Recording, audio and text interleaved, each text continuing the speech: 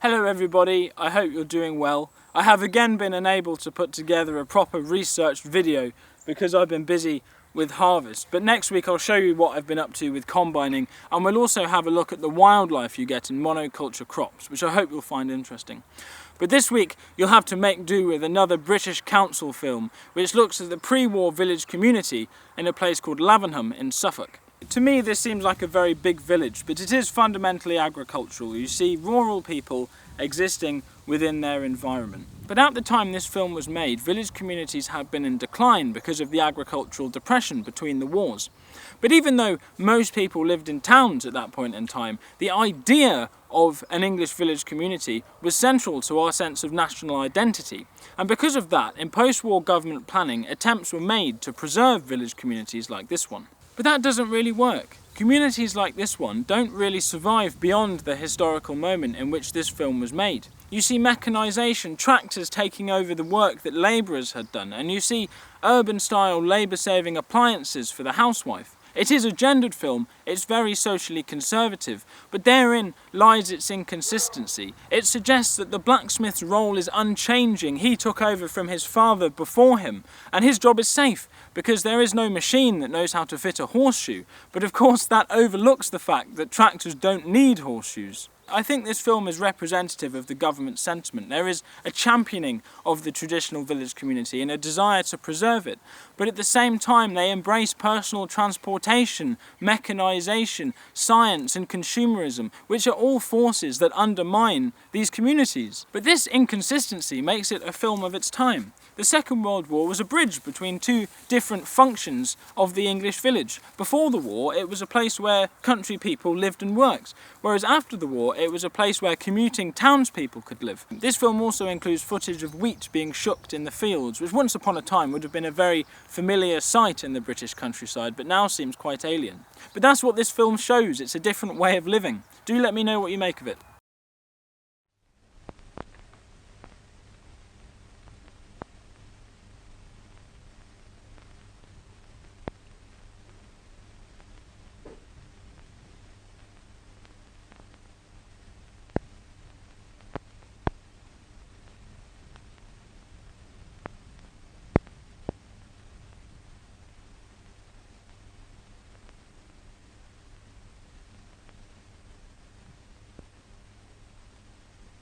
This is a relief model of the British Isles. On the west side of England are uplands and mountains, while on the east are undulating lowlands where the rainfall is moderate. Villages are usually located where a good supply of water is available. There are two kinds of villages. One sprawls along a road, whilst the other is compact in shape.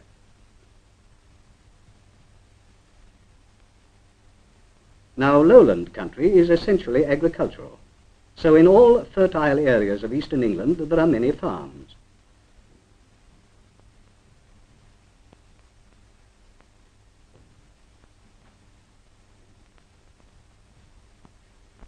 There are consequently many villages, where the workers live and where the craftsmen carry on those trades upon which agriculture depends.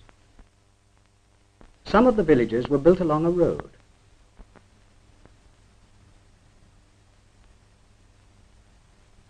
Others have grown up round a square like this village, which is typical of lowland country and dates back to before the 9th century.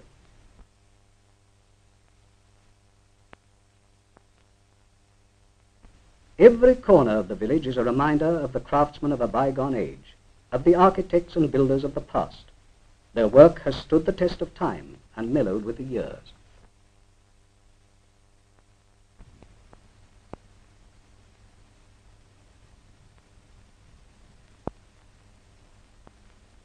The carpenters and masons built these houses of timber taken from nearby woodlands and plaster made up from the local chalky clay.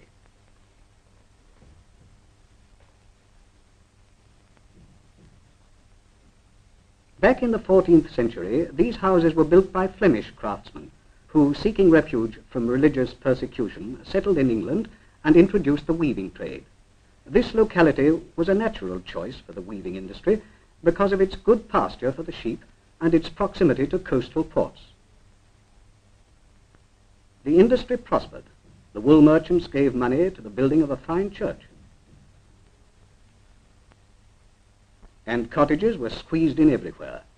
This industry, however, later gave place to the spinning of fine wools. Various other industries were in turn practiced by the villagers, such as silk weaving,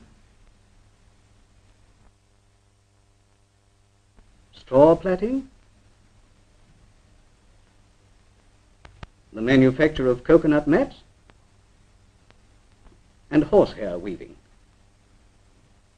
However, the villagers once more devoted themselves wholeheartedly to agriculture, which had all the while continued to thrive alongside their other industries.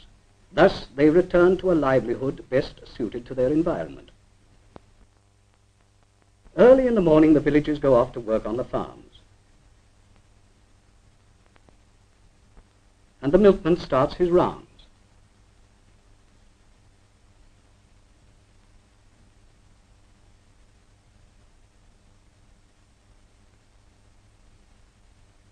As regular as clockwork, the postman arrives with the letters, and the children just as punctually go off to school. After they have taken the younger children to school, the mothers and womenfolk do their shopping.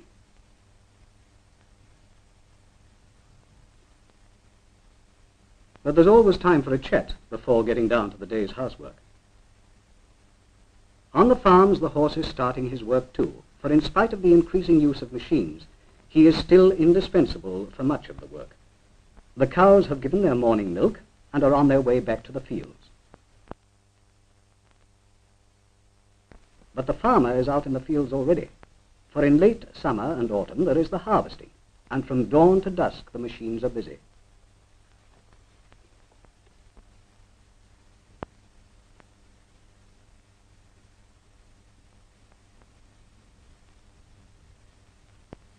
Round and round the reaper clatters, and field after field is cut.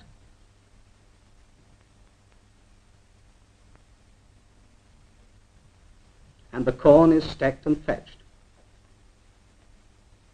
In another field, the sugar beet crop is ready. A type of plough loosens the beet, and the men lift the crops and shake them clean.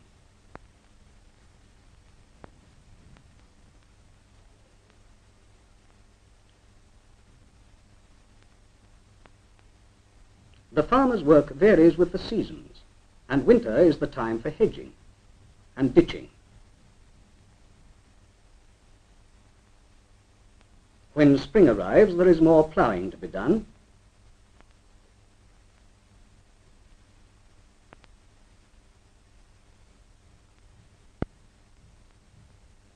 and the rest of the new season's crops to be sown.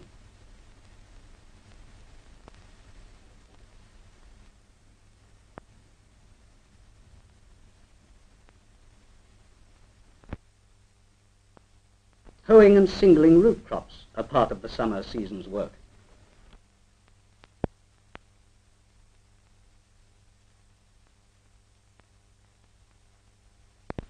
Then once again the grain is ripe. So revolves the farmer's calendar, which culminates in harvest.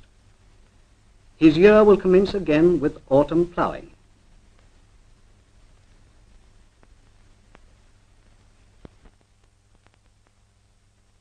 Back in the village, the craftsmen are busy attending to what might be called the farmer's equipment. The wheelwright repairing and making new wheels for the farm wagons.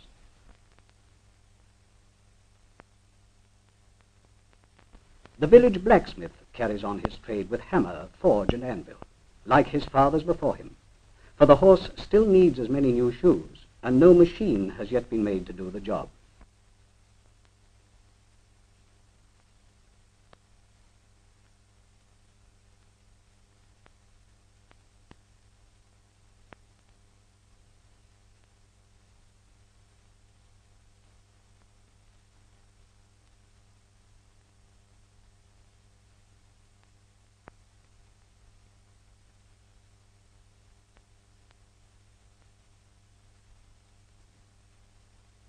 The saddler builds and renews the horse's harness, for hand-sewn work is still the best.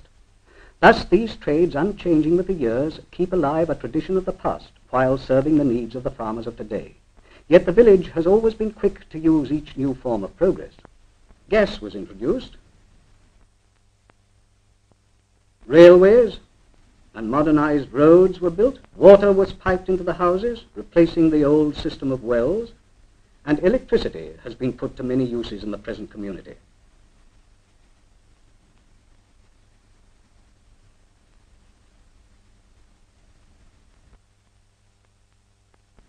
These modern appliances and other manufactured goods come from the towns, and to the towns go the agricultural products. Thus, town and country are interdependent.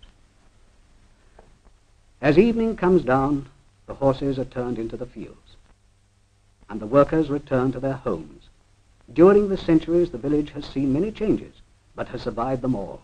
Industry after industry changed, but the spirit of the villagers remained. Always the land was around them, so they took once more to the land, and with the help of modern science have again reached prosperity. The village is dependent on the land. The workers of the land are dependent on the village. For there they find their supplies. There dwell their craftsmen.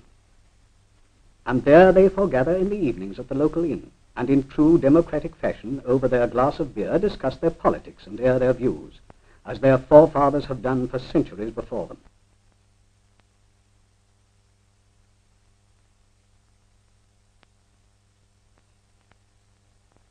Outside in the fields, night begins to fall, and the hours of rest have come for man and beast. Tomorrow, work on the land must go on afresh, for nature has her seasons, and the seasons wait for no man.